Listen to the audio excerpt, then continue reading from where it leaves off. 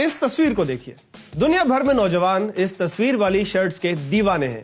یہ تصویر کیوبا کے مشہور زمانہ انقلابی لیڈر چے گویرا کی ہے، جنہیں دنیا بھر کے نوجوان انقلاب کی علامت مانتے ہیں، جبکہ امریکہ اور یورپ میں انہیں دہشت گرد اور فاشسٹ سمجھا جاتا ہے. اس ویڈیو میں ہم آپ کو دکھائیں گے کہ چے گویرا انقلاب کے ہیرو کیسے بنے.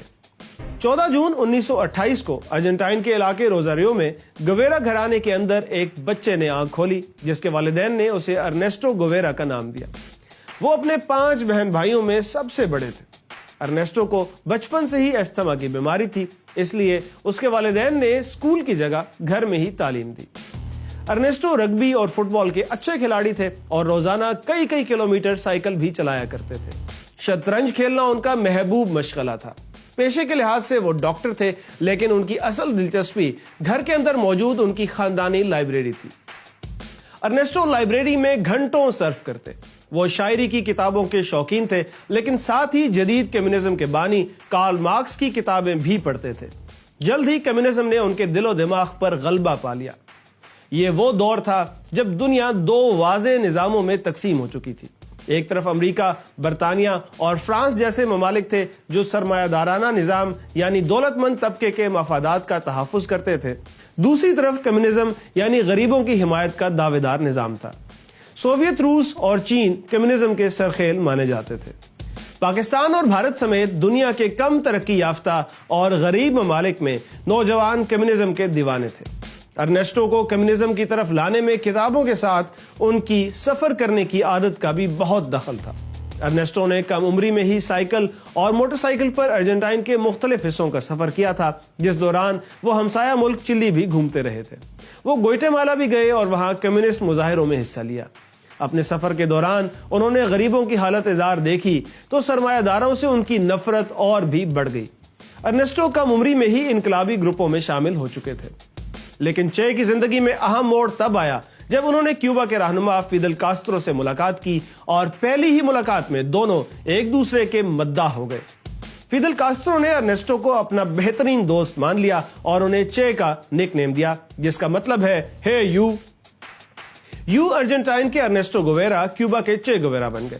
کاسترو کیوبا میں انقلاب لانا چاہتے تھے اور اس کے لیے انہیں چے سے بہتر ساتھی مل ہی نہیں سکتا تھا. کیوبا کی حکومت سے بچنے کے لیے چے اور کاسترو نے میکسیکو میں پناہ لے رکھی تھی، لیکن میکسیکو کی حکومت نے انہیں گرفتار کر لیا.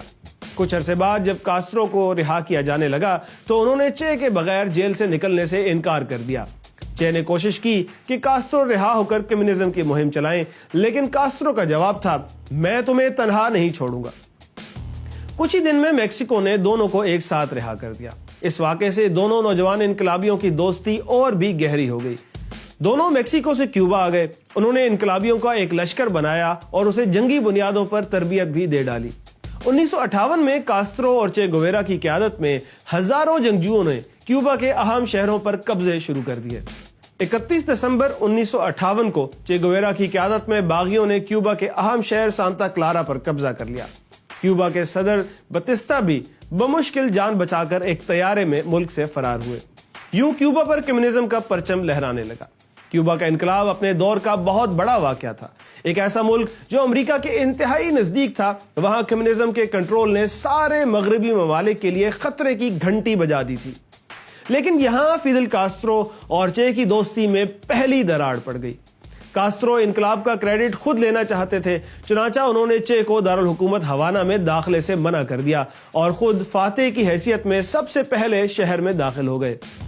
کاسترو نے کیوبا کی حکومت بھی خود سنبھال لی، لیکن وہ چے کو ان کی وفاداری کا انعام دینا بھی نہیں بھولے.